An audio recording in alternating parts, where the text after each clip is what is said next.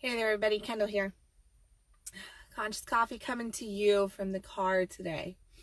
I just got done with an awesome brunch, um, and I was just thinking, during conversation over food and everything, made me think back to some different stuff. And originally, this whole conversation I was going to do with you was going to be on another topic where I was just going to talk to you about like being okay with not always being perfect, with not always getting it right. Because I did yoga today. And I can tell you, I was not 100%. And as I told Addison, because we were yoga buddies, I told her, I said, man, my 20% today was like 5% of my 20% in this class last week. Now I'm just not up to where I want to be. But hey, that's part of us not feeling good, I guess. We do tend to want to always get it right. We want to make sure that we understand things, that we're being the best that we possibly can. And in that desire to always get it right, what we end up doing is we cause this tightness to form inside of our bodies. We cause actual resistance to happen because we are so rigid around trying to get things right, around trying to appear a certain way, around trying to make sure that we have the right answers, we have the right, perception put out there, that we're just perfect, the best we possibly can be. I know I work with a lot of people, and their biggest, over and over again, they go, I can't help it. I just don't like not getting this right. Like, I want to make sure that I get this, done right. I want to make sure that when you tell me to do something that, in an exercise or something like that, that I'm doing it, and I'm doing it the right way. And I question myself all the time. Am I breathing right? Am I doing a visualization right? Do I meditate accurately? Am I doing it right, or am I doing it wrong? This causes resistance. This causes this tightness. And a few weeks ago, one of my favorite yoga instructors, she made the statement, and as she was walking by me, she says, the title of Conscious Coffee today, tightness is weakness. To be tight is to be weak.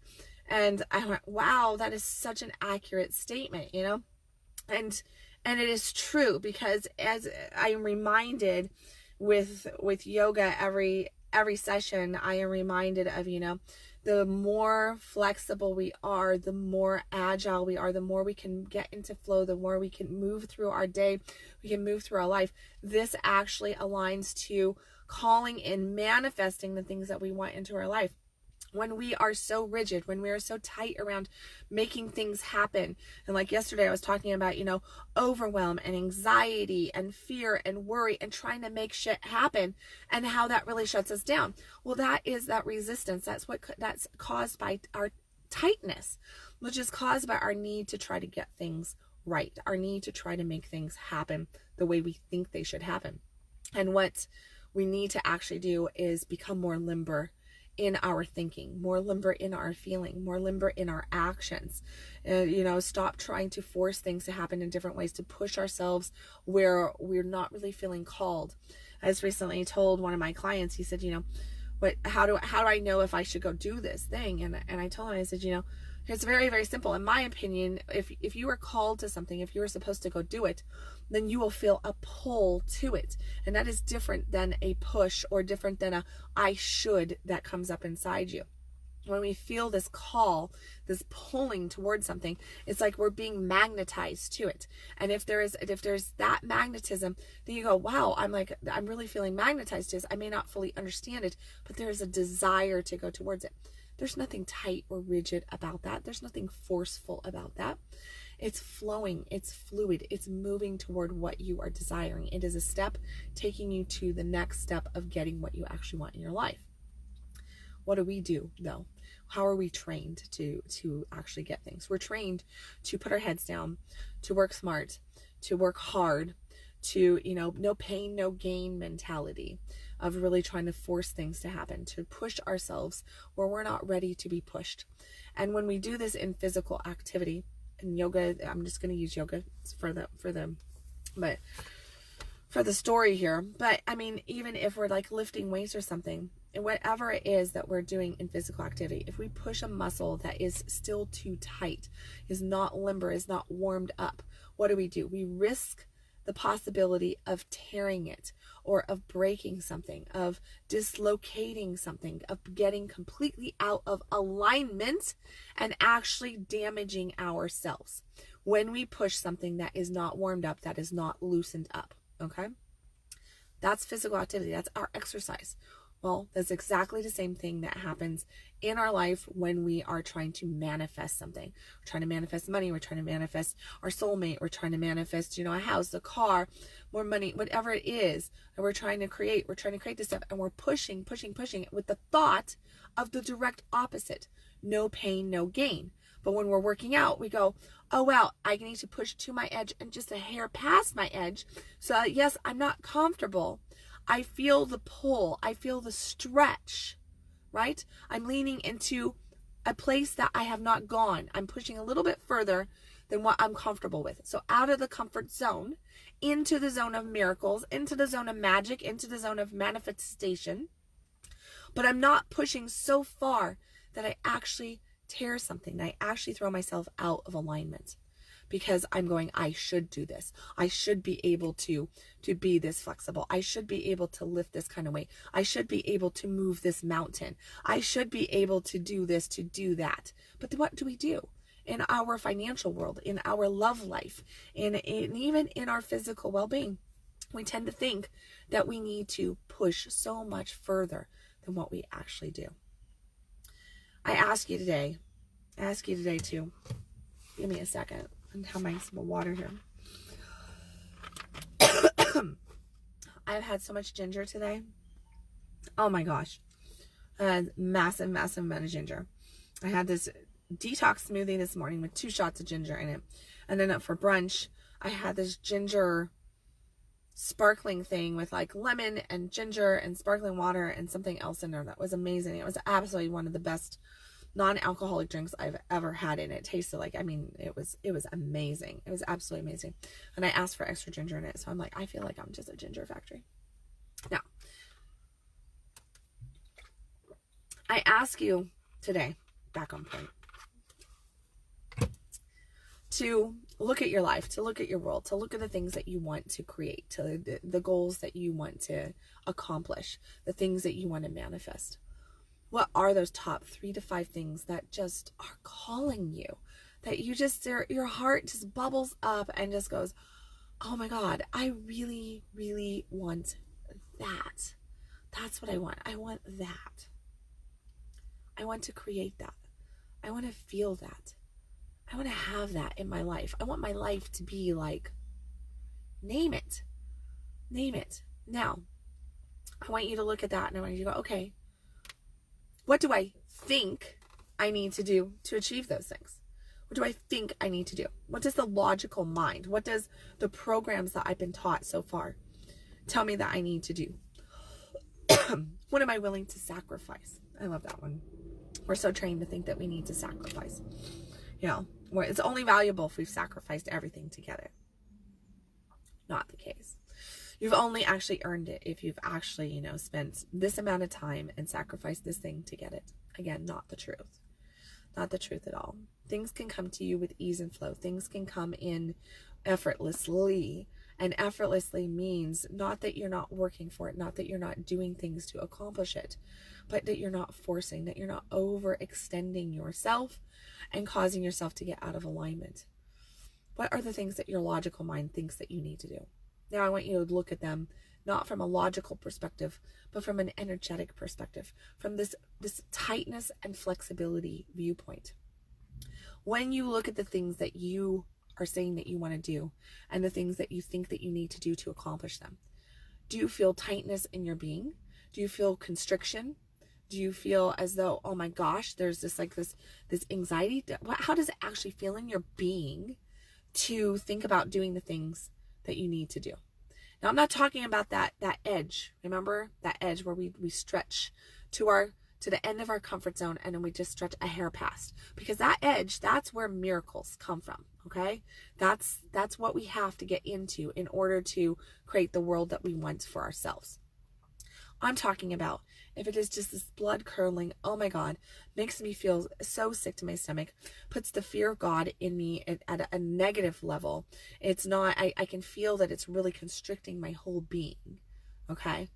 What things are you doing? Like, are you really going, man, do I really have to sacrifice this or that? Because here's the reality. Sometimes we get into these situations, right? Where let's take time for an example. And let's say we want to make more money, but we don't know how to make more money because it means that we'd have to take away quality time from our family, or we would have to give up our health practice, or we would have to, move someplace closer to make it all happen. It would completely uproot our world in order to make this all happen on a timeline, because we only have so many hours in a day, right? Is that then the best solution? If you're looking at taking on another stream of income, is that solution really best for you if it causes you to sacrifice all of that? No, it's not. It's not going to improve the quality of your life, not short term. And if it's not improving it short term, guess what? It's probably not going to improve it long term for very much. Because if you're stuck in that kind of angst, that kind of stress, that is going to carry with you for the rest of the time. You're going to bring that into the next moment and the next moment. So you need to ask yourself, is this benefiting me in any fashion right now? What am I feeling? Am I feeling stress? Am I feeling anxiety around this? What's my true gut reactions to this stuff? Or is it just like, whoa, I have to expand myself here. It's edgy. I have a little fear rising up, but I know that that's coming from my ego, because I'm now becoming a different version of myself, this expanded version of myself where I'm speaking more my truth. I'm living more on purpose. I'm actually asking for what I need. I'm actually doing some of the things that I need to do for my well-being to improve my lifestyle. What are those things? Ask yourself that. Like, what are those things? And if you have your goals lined up and you look at them and you go, okay, I think logically that I need to do this. But out of these 5 things that I should do to achieve this goal, 3 of them makes me just, no, they kill my quality of life that I have now. And I'm not overly joyous about my quality of life right now. I don't want it to go down. Then don't do those things. Instead, look at, how can I become flexible to calling this in? How can I get more aligned to it? How can I become more in joy? How can the feeling that I'm going for by acquiring that thing that I'm wanting, what is the feeling that I'm actually going for?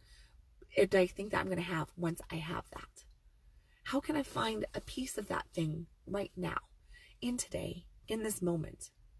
Ask yourself that, because if you can start to find the feelings that you're aiming to achieve by the gain of something else, then you are going to naturally magnetize yourself with much more flow and ease toward what you're wanting, instead of just pushing where you don't need to push.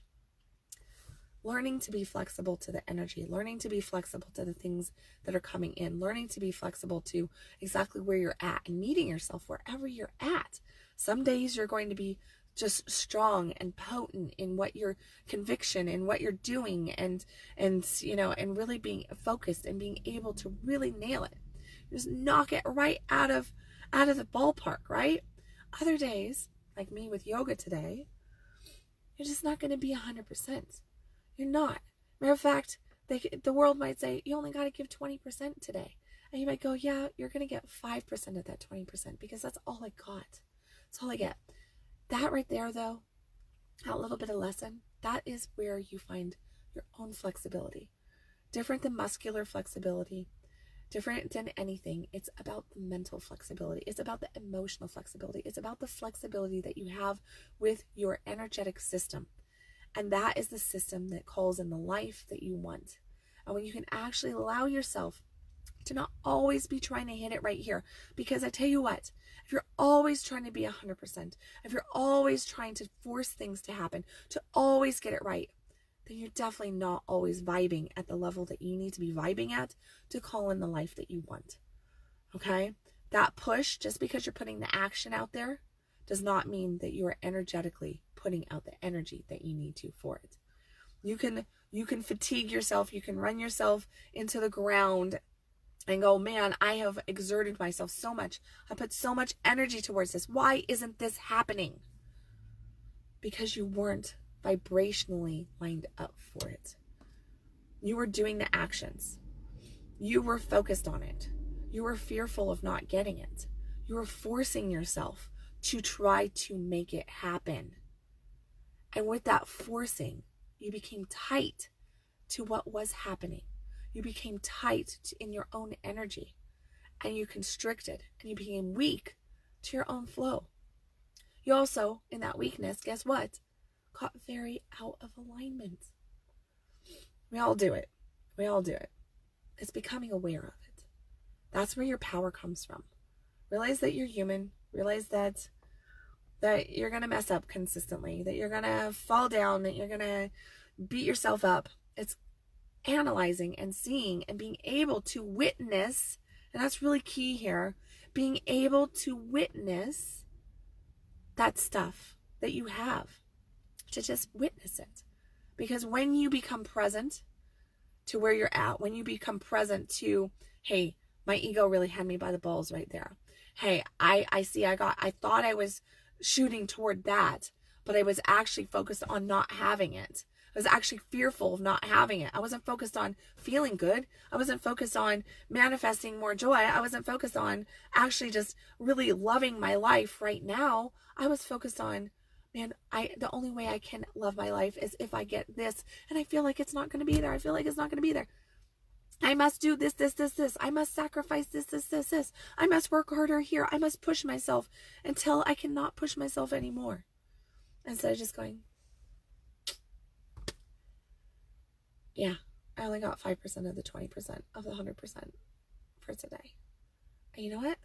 That's enough.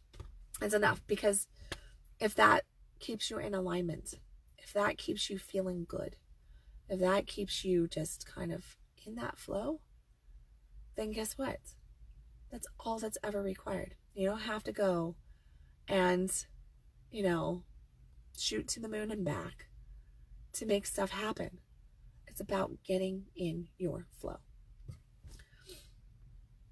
Look at your life today. Look at what you want and ask yourself, where am I tight and where am I flexible to my flow? Where am I tight and where am I flexible to my flow? How can I become more flexible in the things that I need to do? How can I become more at ease with the things that I need to do? I realize that those actions, they're just minor little adjustments. Minor adjustments that make up all the difference. It's never anything humongous. It's just little tweaks to the system. And on that note, man, have I got a deal for you. It's not even announced yet. It will be announced here probably in the next hour. So if you're catching this, look in an hour for an announcement, because my 12 days of Christmas, fucking amazing, awesome bundle sale is coming out today, and it's coming out early. So this is the pre-launch to the 12 days of Christmas, because Christmas is more than 12 days away. And as I'm saying on the sales page, don't be a fucking idiot and let this pass you by. I'm not trying to be mean to you guys. I love you guys, but seriously, don't be a fucking idiot. Don't let the deal pass you by, because I am giving off up to 80% off on stuff. So this is going to be absolutely amazing. It's going to be a steal of a deal. It's my Christmas special. Outside of that, if you want one-on-one, message me. I have a couple openings for one-on-one clients coming up here as we start the new year. There went the internet, right as I was getting passionate. If you are local, we are not sold out on Wanderlust for Saturday. I keep having people message me saying that you're sold out Saturday. When's your next workshop? And I'm going, we're not sold out for Saturday. It does not say sold out. That's another workshop that is sold out. There are a few seats left. We are over 50%. We will be sold out probably by Friday morning. So don't wait. There's probably not going to be at the doors on this. We have a nice group of people already signed up for it. But Winter Wanderlust is here. It is the last major workshop of the year. It might be the last workshop of the year, actually. I think it is. It's the last workshop of the year, because after that, I'm off to Austin for the Tantra Festival down in Austin, which is wonderful, which you can also find out about on my Facebook page, on my website, in my newsletters, or at the Tantra Austin Festival. But Wanderlust, it is on female sexuality. It is on orgasm. It is real. It is raw. It is truthful. It is not for people who think that they know everything. It is not for people who are just wanting to figure out how to get a woman off. This is the real deal. This is about female sexuality, about the mental, emotional, and physical bodies, as well as a little bit about the energetics of the human body. So we're going to be discussing it all in great depth. It is a powerhouse workshop. And if you have not caught it, please make sure to get your butt there if you're in the Dallas-Fort Worth area or anywhere close by. And if you are not in the Dallas-Fort Worth area and you would like to bring this workshop to you, message me. We are looking to bring Wanderlust and Summer O Camp around the United States in 2020. We're targeting California, Oregon, Seattle. Those two can kind of go together. Florida for sure. And yeah, I think that's pretty much all I'm doing for right now. California, Seattle, and Florida. Those are the 3 places I would like to go for 2020 with Orgasm Camp. So message me if you know anybody who would like to connect and possibly bring this powerful workshop to them. And as always, everybody, stop existing, start living, and really truly analyze, where are you being tight? And how is that tightness keeping you out of your alignment? I love you guys. Catch you tomorrow with another Conscious Coffee.